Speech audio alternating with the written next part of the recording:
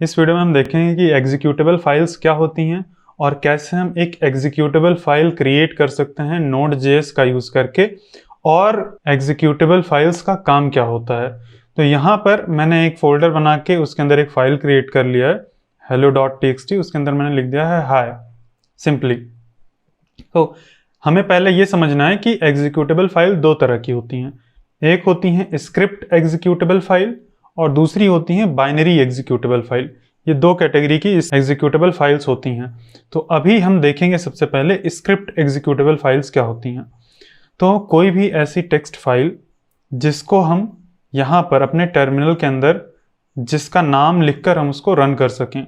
जैसे हमारे पास है hello.txt, तो हम यहाँ पे लिखेंगे, यहाँ पर हम लिखेंगे ./hello.txt। अगर हम ये लिख के एंटर प्रेस करते हैं तो ये देखो कुछ हुआ, high command is not found, high command not found. तो ये हो रहा है, ये जो हमारे यहाँ पे लिखा था ना, ये एज ए कमांड रन हो रहा है। अगर मैं केवल हाई यहाँ पे लिख के एंटर करता हूँ तो ये देखो हाई कमांड नॉट फाउंड। तो वही सेम चीज़ हम फाइल का यूज़ करके रन कर सकते हैं। जैसे Node.js में हम चाहे तो सीधा कोड यहाँ पे लिख के डाल दें। अगर हम कोई ऐसा वेरिएबल डालते हैं जो कि अवेलेबल नहीं है तो वो ऐसे ही एरर दे देगा कि ये वेरिएबल नॉट डिफाइंड ऐसा कुछ। तो वैसे यहाँ पे एरर आ रही है। अभी अगर मैं यहाँ पे लिख देता हूँ ls कमांड, हमें पता है कि उस फाइल के अंदर जितनी भी डायरेक्टरीज हैं उनको लिस्ट करता है। तो अभी अगर मैं दोबारा से यहाँ पे लिखता हूँ hello.txt तो उसके अंदर का कंटेंट जो है ls वो रन हो रहा है, और मुझे इस जो डायरेक्टरी के अंदर जो भी फाइल्स हैं वो हमें दिख रही हैं, और अभी केवल एक ही फाइल है। मैं यहाँ पे कुछ और फाइल क्रिएट कर लेता हूँ app.js, और बस केवल ऐसी फाइल क्रिएट कर लिया, इसके अंदर कुछ लिखा नहीं है। तो अब देखना, ये देखो ये दोनों फाइल्स यहाँ पे लिस्ट होके आ रही हैं। हमने पढ़ा है ls-l, हमने ये पढ़ा है ls-l, तो ये लॉन्ग फॉर्मेट में और भी एक्स्ट्रा डिटेल्स देगा। अभी देखना, ये देखो ये और भी एक्स्ट्रा डिटेल्स दे रहा है। इसका क्या काम होता है ये सब हम नेक्स्ट वीडियो में देखेंगे। अभी अगर मैं कोई दूसरा pwd अगर हम ये करते हैं तो ये देखो ये हमारी करंट वर्किंग डायरेक्टरी प्रिंट हो गई है। तो कोई भी फाइल, कोई भी टेक्स्ट फाइल जिसके अंदर कुछ कमांड लिखी हो तो हम उसको एग्जीक्यूटेबल फाइल बोल सकते हैं। लेकिन हम नेक्स्ट वीडियो में देखेंगे कि सारी फाइल्स एग्जीक्यूटेबल फाइल्स नहीं होती हैं। वही फाइल्स एग्जीक्यूटेबल फाइल्स होती हैं जिनको एग्जीक्यूट की परमिशन होती है, उनको एग्जीक्यूटेबल परमिशन दी जाती है। तो बाय डिफ़ॉल्ट विंडोज़ के अंदर जब हम फाइल्स क्रिएट करते हैं तो वो एग्जीक्यूटेबल फाइल्स होती हैं, इसीलिए हम इसको रन कर पा रहे हैं। अभी अगर मैं यहाँ पे कोई भी फाइल क्रिएट कर लूँ, उसका नाम दूँ चाहे एक्सटेंशन दूँ, मतलब मैंने ऐसे ही adf बस केवल ad नाम की फ़ाइल क्रिएट कर ली है। इसमें मैं लिखता हूँ who am I, और मैं यहाँ पे इसका फाइल का लोकेशन दे देता हूँ ./ad। तो who am I command run होगी। अगर मैं यहाँ पे लिख देता हूँ node, तो node कमांड रन हो जाएगी, और node कमांड रन होने पे हमें पता है क्या होता है, कुछ इस तरह से हो जाता है। तो ये हमारी executable file by default Windows के अंदर जैसे हम क्रिएट करते हैं बन जाती है। नो मैटर कि आप उसका एक्सटेंशन क्या रखें, चाहे JS रखें चाहे CSS रखें। मैं यहाँ पे index.html लिख देता हूँ, ठीक है। यहाँ पे मैं लिखता हूँ node-version, ये लिख दिया मैंने। अब मैं क्या करता हूँ, इंडेक्स, यहाँ पे ./ लगाना पड़ेगा। अगर हम सीधा वैसे लिखेंगे index.html, ये दूसरा कुछ सेशन आ गया यहाँ पे, index.html ये लिख के एंटर प्रेस करेंगे तो ये इसको एज ए फाइल नहीं एज ए कमांड ट्रीट कर रहा है, इसीलिए ये रन नहीं हो पा रहा है। हम इसको डॉट और स्लैश दे देंगे तो एज ए फाइल रन होगा, और ये हमें देखो नोड का वर्जन मिल रहा है। हम index.html को रन कर रहे हैं, लेकिन ये एज ए index.html यानी कि HTML फाइल की तरह नहीं रीड हो रहा है। ये जो हमारा टर्मिनल है इसको एक as a text file treat कर रहा है, उसके अंदर का जो टेक्स्ट है उसको कमांड मान रहा है और उसको रन कर रहा है। अगर मैं यहाँ पे npm वर्जन चलो कर देता हूँ, फिर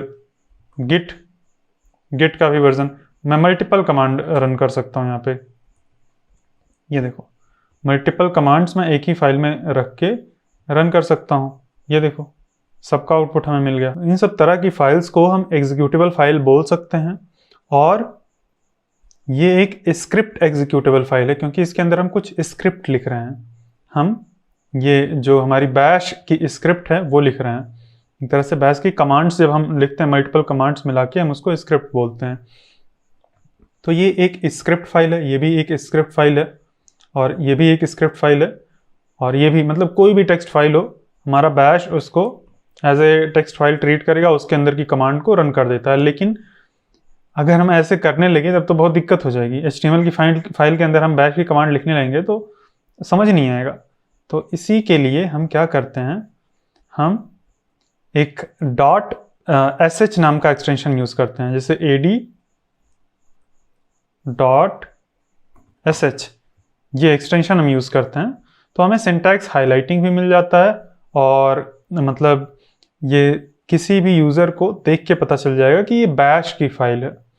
हालांकि कई बार आप ऐसे देखेंगे केवल ABC बस, ऐसे भी कई बार आपको फाइल्स दिखेंगी बैश की जिनका कोई एक्सटेंशन नहीं होगा, लेकिन उनके अंदर ऐसा कोड लिखा होगा जिस कोड को देख के हमें पता चल जाएगा कि ये बैश की फाइल है।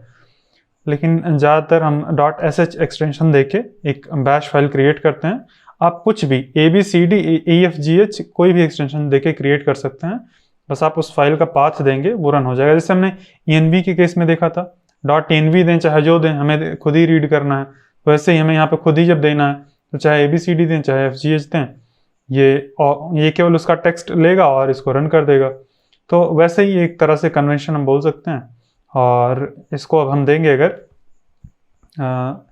AD, अभी अगर मैं AD केवल डाल के रन करूं तो नहीं रन हो रहा है, हमें AD.sh डाल के रन करें तो ही नहीं रन हो रहा है। हमें ये पूरा पाथ देना पड़ेगा, मतलब इसमें कोई स्पेशल बात नहीं है। अगर sh हम फाइल दे देते हैं तो भी हमें वैसे ही पूरा का पूरा जैसे हम पहले दे रहे थे वैसे ही हमें देना पड़ रहा है।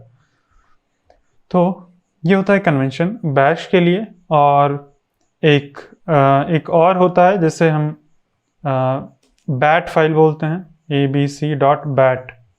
तो ये बैट फाइल विंडोज़ के लिए यूज़ होता है, और sh फाइल लिनक्स के लिए, यानी कि बैश टर्मिनल के लिए यूज़ होता है। तो हम बैट की कमांड्स, मतलब बैट फाइल हम नहीं देखेंगे, हम विंडोज़ के लिए कुछ भी नहीं लिखेंगे, हमारा जो कमांड रहेगा वो लिनक्स के लिए रहेगा। तो बस ये होती हमारी स्क्रिप्ट वाली फाइल। अब हम एक बार यूनिक्स के अंदर जाके देख लेते हैं कि क्या ये सारी चीज़ें यूनिक्स के अंदर भी चलती हैं। जो हमने WSL इंस्टॉल किया तो उसके लिए हम क्या करेंगे, अपने फाइल एक्सप्लोरर के अंदर जाएंगे, यहाँ पर हम ये // और WSL और $, ये लिखेंगे तो उबुंटू खुल जाएगा। और ये नेटवर्क के थ्रू खुल रहा है इसीलिए थोड़ा सा टाइम लगा रहा है। फिर यहाँ पे मैं यूज़र ओपन कर लूँगा, यूज़र नहीं, ये वाला नहीं, होम ओपन करना है, होम के अंदर अनुराग। यहाँ पे मैं लर्निंग नाम का फोल्डर ओपन कर लेता हूँ, इसके अंदर नोड का फोल्डर है, यही मैं ओपन कर लेता हूँ VS कोड के अंदर। और फिर अभी ये बोलेगा कि WSL का विंडो ओपन करो, तो हम WSL का विंडो ओपन कर लेंगे, ये रीओपन फोल्डर इन WSL। WSL में ओपन हो जाएगा। और आप एक चीज़ नोटिस करना, WSL के अंदर मैंने दिखाया था कि यहाँ से राइट क्लिक करके अगर कॉपी पाथ करते हैं तो वैसा पाथ कॉपी होता है, लेकिन अगर केवल हम हवर कर लें तब भी आप देखिए यूनिक्स वाला पाथ यहाँ पे हवर होके आ रहा है। यहाँ पर अगर हम हवर करते हैं तो यूनिक्स वाला पाथ यहाँ पे दिखा रहा है, जबकि यहाँ पर अगर हम हवर करते हैं तो ये विंडोज़ वाला पाथ दिखा रहा है। इसीलिए हमें WSL एक्सटेंशन का इंस्टॉल करके WSL के साथ जब हम काम करते हैं तो WS विंडो ओपन करके काम करना चाहिए। जैसे यहाँ पे हमारी .bashrc फाइल खुली है, तो इसका एक्सटेंशन जो है, इसका एक्सटेंशन .sh नहीं है, लेकिन फिर भी ये बैश फाइल ही है, क्योंकि इसके अंदर का कोड ऑटोमेटिक बता रहा है और bashrc काफ़ी स्टैंडर्ड नेम होता है, इसीलिए यहाँ पे .sh एक्सटेंशन नहीं दिया गया है। अभी हमने यहाँ पे text.txt फाइल ओपन कर लिया। यहाँ पे अगर मैं नोड लिखूँ और मैं यहाँ पे मैं रन करता हूँ ऐसे text.txt, तो ये रन नहीं होता, हमने देख लिया। हमें यहाँ पे ./ देना पड़ेगा, तो ये देखो ये हमारी रन हो गई फाइल। ऐसे ही यहाँ पे अगर हम HTML फाइल क्रिएट कर लें या CSS style.css फाइल क्रिएट कर लेते हैं, यहाँ पे लिखते हैं echo और hello world, echo hello world, और इसको हम सेव कर देंगे JS फाइल में। अब ये CSS के अकॉर्डिंग तो ये इनवैलिड चीज़ लिखा है, लेकिन इसके अकॉर्डिंग जो टर्मिनल है इसके अकॉर्डिंग केवल टेक्स्ट है, टेक्स्ट उठाएगा। अगर ये वैलिड कमांड है तो इसको रन कर देगा। आप देखना, मैं यहाँ पे शायद मुझे इसको डबल कोट्स में रखना पड़े हेलो वर्ल्ड को, देखते हैं। अगर रखना पड़ेगा तो रख देंगे। अभी मैं style dot C S S को रन करता हूँ तो ये देखो, ये बोल रहा है कि परमिशन डिनाइड। यहाँ पर जब हमने वहाँ पर देखा था विंडोज़ के अंदर, तो हम कोई भी नई फाइल क्रिएट कर रहे थे तो वो रन हो रही थी। यहाँ पर ये रन नहीं हो रही है, तो इसका परमिशन हमें चेंज करना पड़ेगा। आप कैसे चेंज करेंगे, तो परमिशन क्या होती है, कैसे चेंज करते हैं, ये सब कुछ हम नेक्स्ट वीडियो में देखेंगे। अभी हम चेंज करने के लिए मैं जो टाइप कर रहा हूँ आप टाइप कर दीजिए बस chmod +x और फिर जिस भी फाइल को चेंज करना है, तो style.css। तो हमने इसको एग्जीक्यूटेबल, जो हमने ये x दिया है ना, x का मतलब होता है +x का मतलब एग्जीक्यूटेबल बना दो इसको। अब अगर हम इसको करें तो ये देखो, ये फाइल हमारी रन हो गई और रन होके ये app.js क्रिएट होगा और उसके अंदर हेलो वर्ल्ड लिख जाएगा। ये जो कमांड है ये बोल रही है कि हेलो वर्ल्ड को app.js के अंदर रख दो, कुछ इस तरह से। तो ये देखो, हेलो वर्ल्ड app.js के अंदर आ गया है। तो इस तरह से हम किसी फाइल को एग्जीक्यूट कर सकते हैं। और ये सारी फाइल्स, ये फाइल ये सारी स्क्रिप्ट एग्जीक्यूटेबल फाइल हैं। क्या है? Script executable files. और इसके अलावा और एग्जीक्यूटेबल फाइल्स क्या होती हैं, तो चलो मैं आपको दिखाता हूँ। आपने कई बार देखा होगा, बहुत बार देखा होगा। अगर आपने विंडोज़ ऑपरेटिंग सिस्टम यूज़ किया है तो आपने कई बार देखा होगा। मैं एक न्यू विंडो ओपन कर लेता हूँ। Ctrl+N अगर हम प्रेस करते हैं तो ऑटोमेटिकली न्यू विंडो ओपन हो जाती है। और यहाँ पर मैं अपने C ड्राइव में जाता हूँ। C ड्राइव के अंदर, ये प्रोग्राम फाइल्स के अंदर ये बहुत सारे फोल्डर्स हैं। जैसे कि अगर मैं यहाँ पे ये वीडियो लैन, ये वाला अगर फोल्डर ओपन कर लूँ तो ये VLC प्लेयर का है। इसमें VLC.exe जो है ये एक एग्जीक्यूटेबल फाइल है। अब ये एक बाइनरी एग्जीक्यूटेबल फाइल है। कौन सी? Binary executable file. तो दो कैटेगरी की होती हैं, एक नॉर्मल एग्जीक्यूटेबल फाइल यानी कि स्क्रिप्ट एग्जीक्यूटेबल फाइल, दूसरी होती है बाइनरी। अब बाइनरी एग्जीक्यूटेबल फाइल का क्या मतलब है? इनके अंदर कुछ भी टेक्स्ट नहीं लिखा होता है, सीधा प्लेन टेक्स्ट नहीं लिखा होता है।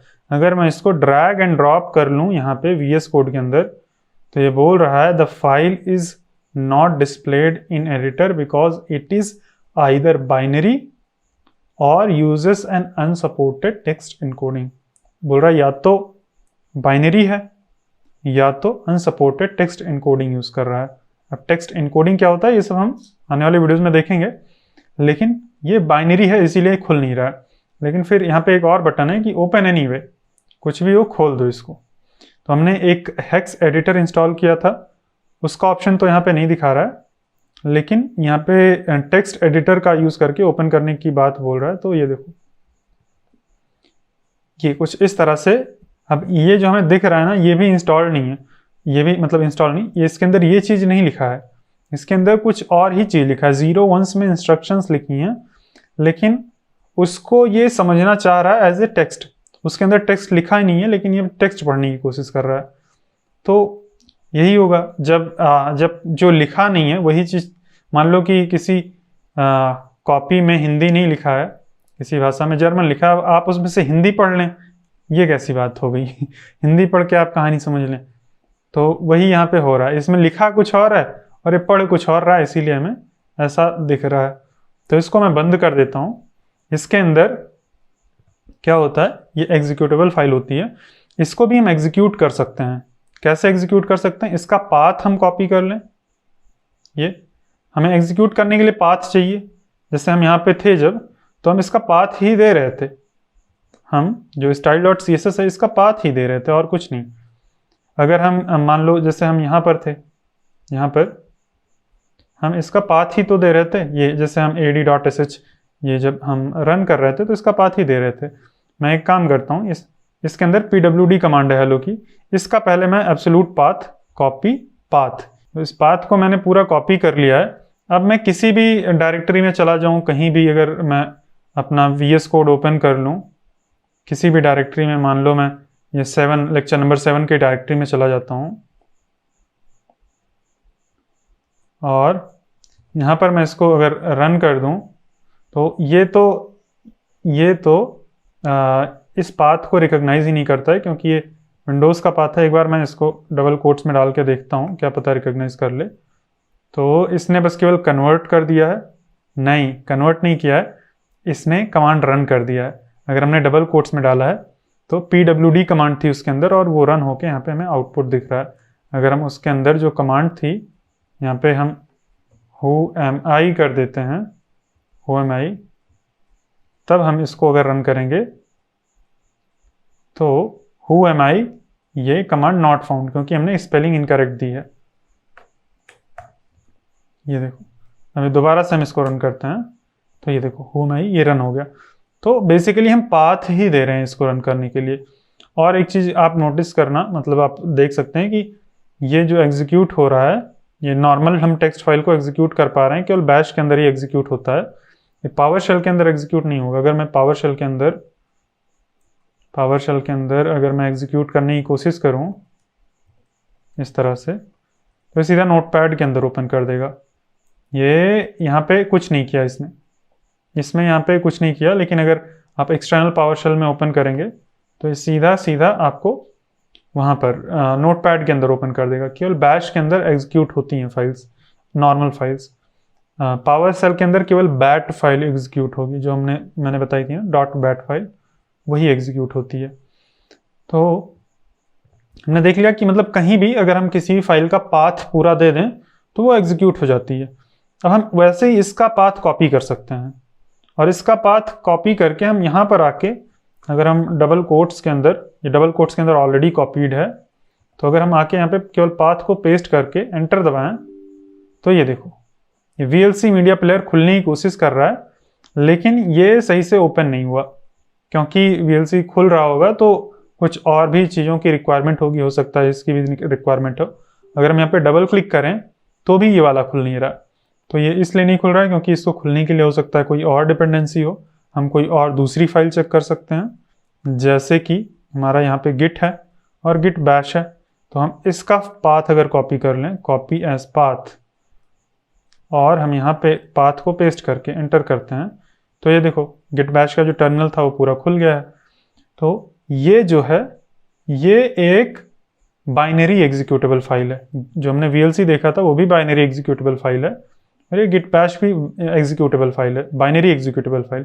जो भी फाइल्स आपको .exe करके मिलें, जैसे यहाँ पे Node.js के अंदर ये node.exe है, अगर हम इसका पाथ कॉपी करें, मैं इसका कॉपी एज पाथ कर लेता हूँ पूरा का पूरा पाथ, और किसी भी टर्मिनल के अंदर जाके अगर हम पेस्ट करेंगे तो ये पूरा रन हो जाएगा। अब ये बाइनरी एग्जीक्यूटेबल फाइल जो है, ये केवल यहीं पर ही नहीं काम करेगी, ये पावर शेल के अंदर भी काम करेगी। अगर हम यहाँ पर पावर शेल ओपन कर लें और इसको यहाँ पर पेस्ट करें और एंटर प्रेस करें तो ये अभी रन नहीं हुई, लेकिन इसका सिंटैक्स थोड़ा अलग होता है। यहाँ पर हमें एंड ऑपरेटर लगाना होता है। अगर आप यहाँ पे एंड ऑपरेटर लगाएंगे ना तो ये स्टार्ट हो जाएगा। अगर आपको नॉर्मल फाइल एग्जीक्यूट करनी है तो नॉर्मल फाइल जो है, यहाँ पे जैसे हमने टेक्स्ट फाइल एग्जीक्यूट की थी ना, तो टेक्स्ट फाइल को एग्जीक्यूट करने के लिए भी यहाँ पे एंड ऑपरेटर लगा सकते हैं, लेकिन वो सीधा नोटपैड में ओपन हो जाएगा। लेकिन बाइनरी एग्जीक्यूटेबल फाइल यहाँ पे भी पावर शेल के अंदर भी एग्जीक्यूट हो जाती है, यहाँ पे नोड स्टार्ट हो जाता है। तो ये डिफरेंस होता है। जो भी आपको exe फाइल दिखे वो एक बाइनरी एग्जीक्यूटेबल फाइल है। बाइनरी एग्जीक्यूटेबल फाइल का क्या मतलब होता है कि उसके अंदर जीरोज एंड वंस लिखे हैं, उसको बस हमें केवल डबल क्लिक करना है या टर्मिनल में उसका पाथ देना है, वो ऑटोमेटिकली स्टार्ट हो जाएगा। हम या तो टर्मिनल के अंदर उसका पाथ देंगे या तो उसको डबल क्लिक करेंगे, ऑटोमेटिकली स्टार्ट हो जाएगा। ऐसे ही Node.js भी यहाँ पे जो दिख रहा है हमें, इस पर अगर हम डबल क्लिक कर दें तो ये स्टार्ट हो जाएगा, एक विंडो में ये स्टार्ट हो जाएगा। अब क्वेश्चन ये आता है कि क्या हम Node.js का यूज़ करके ऐसा कुछ बना सकते हैं, exe फाइल क्या हम बना सकते हैं? तो हाँ, हम बना सकते हैं। मैंने आपको रिसोर्सेज सेक्शन में एक फोल्डर प्रोवाइड किया है, आप उसको डाउनलोड कर लेना। मैं इसको अपने VS कोड में ओपन कर लेता हूँ। ये है एग्जीक्यूटेबल फाइल्स टाइमर। ये करके आपको एक जिप फाइल मिलेगी, उसको डाउनलोड करना है, ठीक है, और उसको ओपन कर लेना है VS कोड के अंदर अपने। ये VS कोड के अंदर ओपन कर लेना है और यहाँ पे लिखना है npm i, मतलब हमें इंस्टॉल करना है। बस इतना कमांड लिख देना टर्मिनल में, अगर आपको नहीं पता है npm क्या होता है और i क्या होता है, तो बस इतना लिख के आपको वेट करना है। बस ये इंस्टॉल हो गया, यहाँ पे एक नोड मॉड्यूल्स का फोल्डर दिख जाएगा और फिर दूसरी कमांड यहाँ पे रन करना है npm run build, ये कर देना। बस ये करेंगे तो हमें यहाँ पे timer.exe फाइल मिल जाएगी। अब ये क्या है, कहाँ से बन के आई है, तो मैं आपको दिखाता हूँ। बहुत सिंपल सा सेटअप है। ये hello.txt तो मैंने गलती से यहाँ पे ऐड कर दिया, इसको फाइनल में जब आपको दूंगा तो वहाँ पे नहीं प्रोवाइड करूँगा, उसकी ज़रूरत नहीं। यहाँ पे बस मेनली app.js है। यहाँ पे एक मैंने सेट इंटरवल लगा दिया, बस ये कोड तो आपको पता ही होगा जावास्क्रिप्ट के अंदर होता है। और यहाँ पे मैं टाइम को इंक्रीज कर रहा हूँ, हर 1 सेकंड में ये रन होगा। और यहाँ पर इसने timer.exe बना दिया है app.js का यूज़ करके।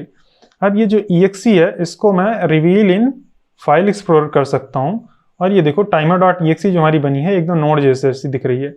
इस पर अगर मैं डबल क्लिक करता हूँ तो ये देखो हमारा टाइमर चल रहा है, सेट इंटरवल चल रहा है और ये चलता रहेगा। तो हम Node.js का यूज़ करके बाइनरी एग्जीक्यूटेबल फाइल्स भी बना सकते हैं।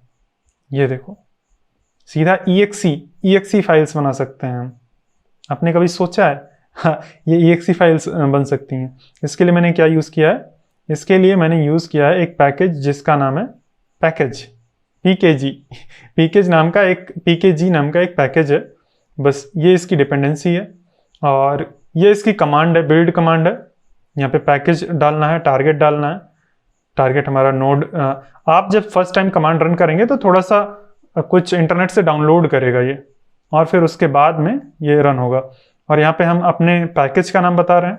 पैकेज का नाम क्या होगा, फाइनल नेम जो बन के आएगा exe का, और हमें अपनी फाइल का नाम बताना है जिसका यूज़ करके ये क्रिएट करेगा। अगर हम यहाँ पे कुछ और लिख दें जैसे कि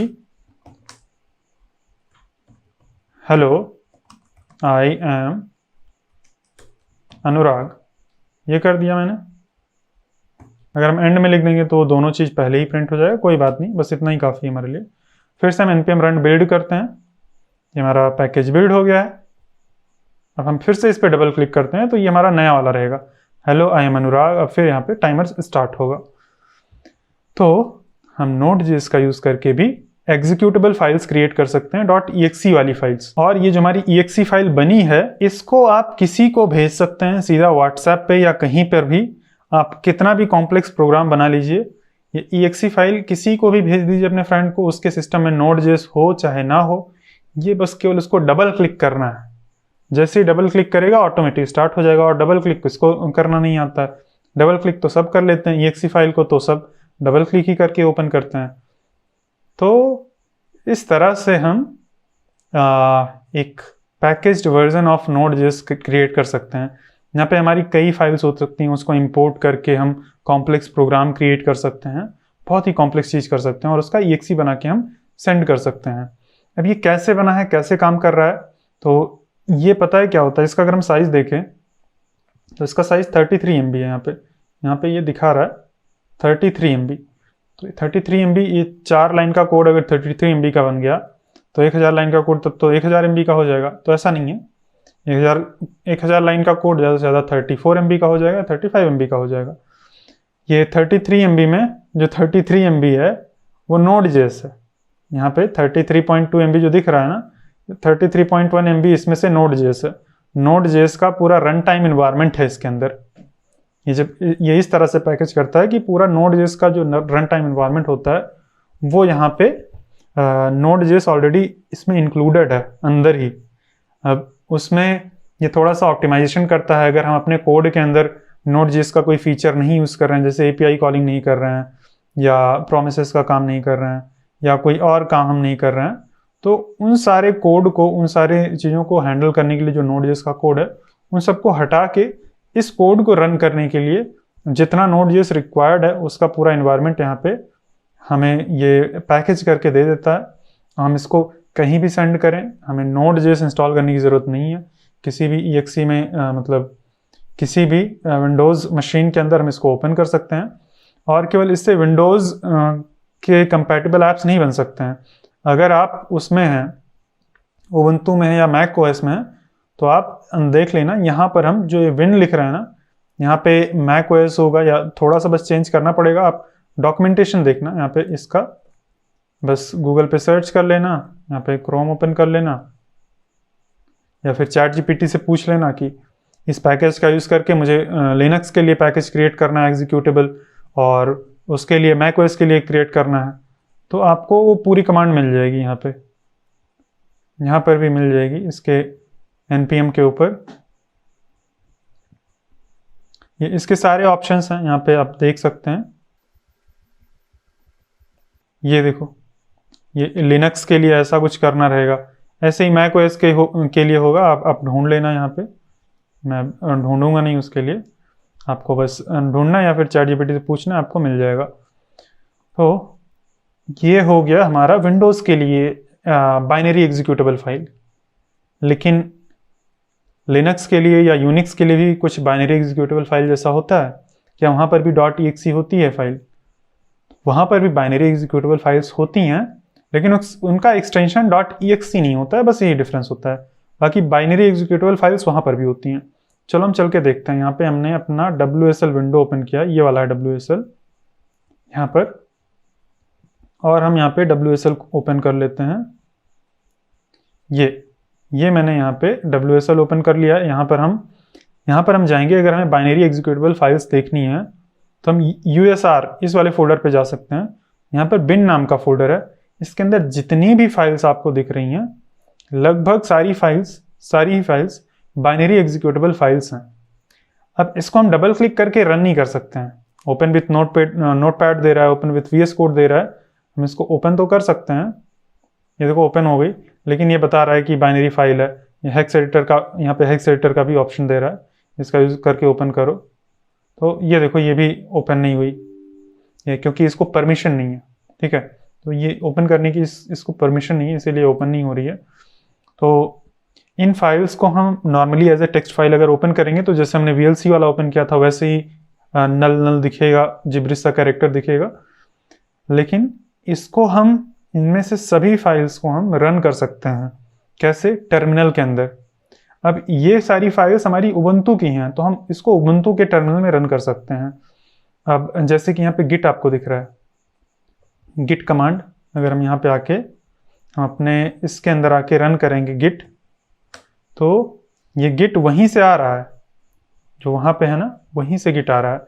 अभी हम यहाँ पर, मैं एक काम करता हूँ, CD/ कर देता हूँ यहाँ पे, और फिर यहाँ पे CD USR, ये USR हो गया, और बिन, ये हो गया। बिन के अंदर मैं आ गया हूँ।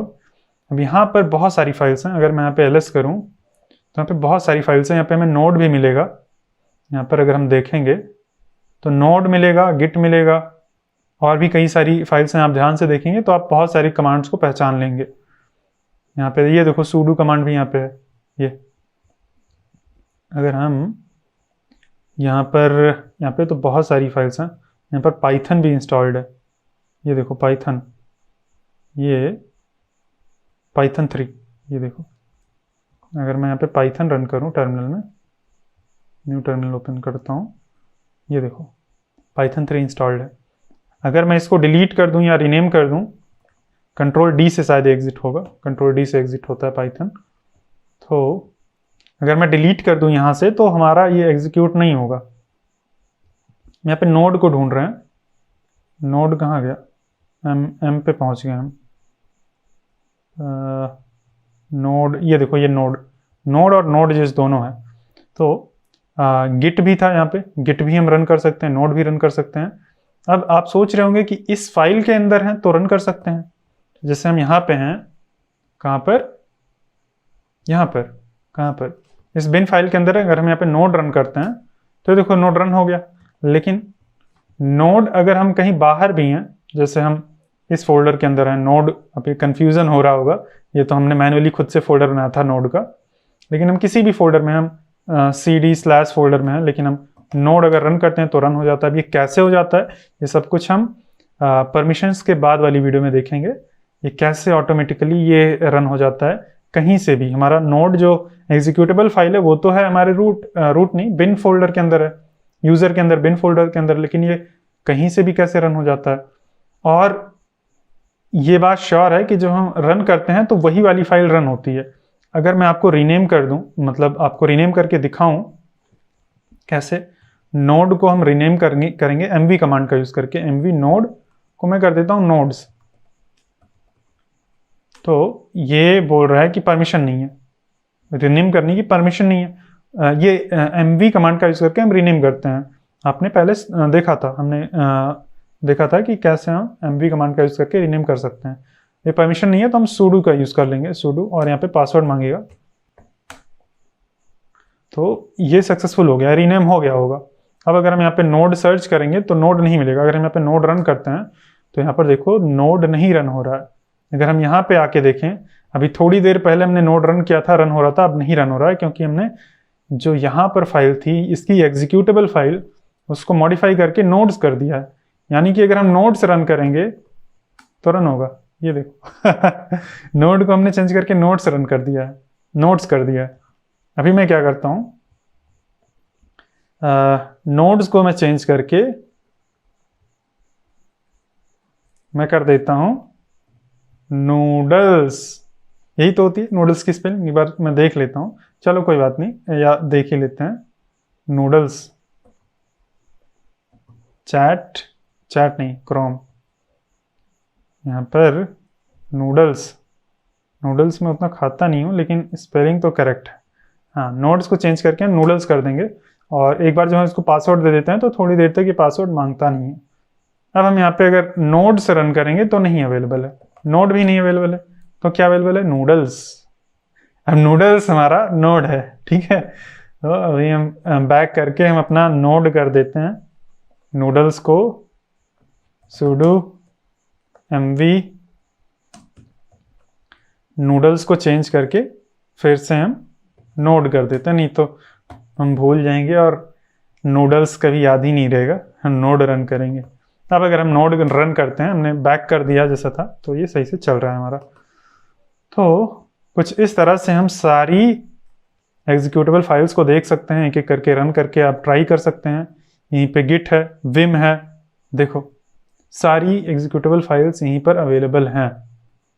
और बहुत सारी टाइम है, टिक कमांड है, और बहुत सारी कमांड्स इसमें से मुझे पता भी नहीं है क्या है, और कुछ पता है तो आप देख लेना। अगर कुछ यूज़फुल लगे तो आप यूज़ कर सकते हैं, आप एक्सप्लोर कर सकते हैं। बस एक्सप्लोर करिए, किसी दूसरी को गिट को गिट्टी बना दीजिए ठीक है, और उसको रन करके देखिए। यहाँ पे गिट ऊपर होगा, और तो यहाँ पर भी एग्जीक्यूटेबल फाइल्स हैं और हमें उनका पाथ देके रन करना होता है। और एक चीज़ और आपको बताना है, अभी ये तो हमने देख लिया कि हम कहीं से भी नोड को रन कर सकते हैं। नोड को हम कहीं से भी रन कर सकते हैं, है ना। ये देखो रन कर सकते हैं। भी कैसे रन कर सकते हैं, ये होता है पाथ वेरिएबल के कारण। अगर हम एको $$ पाथ करते हैं, ये तो इसके अंदर इसके पेरेंट की डायरेक्टरी रखी है। अभी हम देखेंगे आने वाली वीडियोस में, लेकिन हम एक चीज कर सकते हैं। अगर हम यहाँ पे एक चीज कर देना, हम यहाँ पे path equal to empty string कर देता हूँ। बस मैंने एम्प्टी स्ट्रिंग कर दिया। अब अगर मैं नोड करूँ, नहीं, खत्म, नोड गया। अभी मुझे इसको रीस्टार्ट करना पड़ेगा, मतलब बंद करके नया अगर मैं ओपन करूँगा तो ये आ जाएगा, ये चलने लगेगा। अब मैं आपको एक टास्क देता हूँ। ये आपको ऐसा इसको ख़त्म करना है कि ये नोड जो है बैश में कभी ना रन हो। अभी तो जिससे हम रिस्टार्ट करते हैं ये फिक्स हो जाता है। आपको ऐसा करना है कि ये परमानेंटली रन ना हो। हम ऐसे नोड लिखें और बोले कि कमांड नॉट फाउंड। आपको ये टास्क है आपके लिए, आप ये करना। वीडियो को पॉज कर लीजिए। अब मैं करता हूँ, मैं यहाँ पे ओपन करूँगा कोड और .bashrc। यहाँ पर आपको कुछ ध्यान आया होगा, ये हमारा WSL का जो bashrc है वो है। ये विंडोज़ का bashrc नहीं है, WSL का bashrc है। और यहाँ पर हम लिखेंगे path equal to empty string. बस इतना कर देंगे। अब अगर हम नया टर्मिनल ओपन करेंगे तो यहाँ पे नोड काम नहीं करेगा, और ये देखो और भी एरर आने लगी है, क्योंकि और भी कई सारी चीज़ें इस पाथ के अंदर होती हैं। हमने सारा रिसेट करके एम्प्टी कर दिया। ये देखो नोड नहीं चलेगा, गिट भी नहीं चल रहा है, पाइथन python3 हमने रन किया था, वो भी नहीं चल रहा है, कुछ भी नहीं चल रहा है। अभी हम इसको अगर क्लियर कर दें, इसको मैंने क्लियर कर दिया है। अभी अगर मैं नया टर्मिनल ओपन करूं, यहाँ पे python3 भी चलेगा, python30 भी चलेगा, मतलब जो भी होगा सब चलेगा। ये देखो python3 चल रहा है आराम से। ऐसे ही कंट्रोल D से पाइथन एग्जिट होता है। ऐसे ही हमारा अब गिट भी चलेगा। गिट यहाँ पे, ये तो मैंने यहाँ पे रन कर दिया, ये तो पुराना वाला है, नया वाला यहाँ पे गिट। देखो गिट भी चल रहा है, कोई एरर नहीं है। यहाँ पे नोड भी चलेगा। तो ये पाथ में हम कैसे सेट करते हैं, कैसे रीसेट करते हैं, क्या होता है उसका सिग्निफिकेंस, ये सब कुछ हम नेक्स्ट वीडियो में देखेंगे। और नेक्स्ट वीडियो में हम क्या देखेंगे, परमिशंस, विंडोज़ के अंदर परमिशंस कैसे काम करती हैं और यूनिक्स के अंदर परमिशंस कैसे काम करती हैं। और फिर बस 1-2 वीडियोस बची हैं, उसके बाद हम Node.js देखेंगे। तो इतना दिन हो गया, मतलब इतना टाइम हो गया है, अभी तक हमने Node.js स्टार्ट नहीं किया। अभी तो हम Node.js की प्रीरिक्विजिट्स ही देख रहे हैं।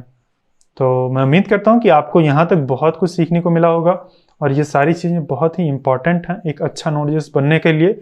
Node.js बनने के लिए नहीं, Node.js डेवलपर बनने के लिए ये सारी चीज़ें आनी बहुत ही इंपॉर्टेंट हैं। तो सीखते रहिए, प्रैक्टिस करते रहिए। हम लोग मिलते हैं नेक्स्ट वीडियो में।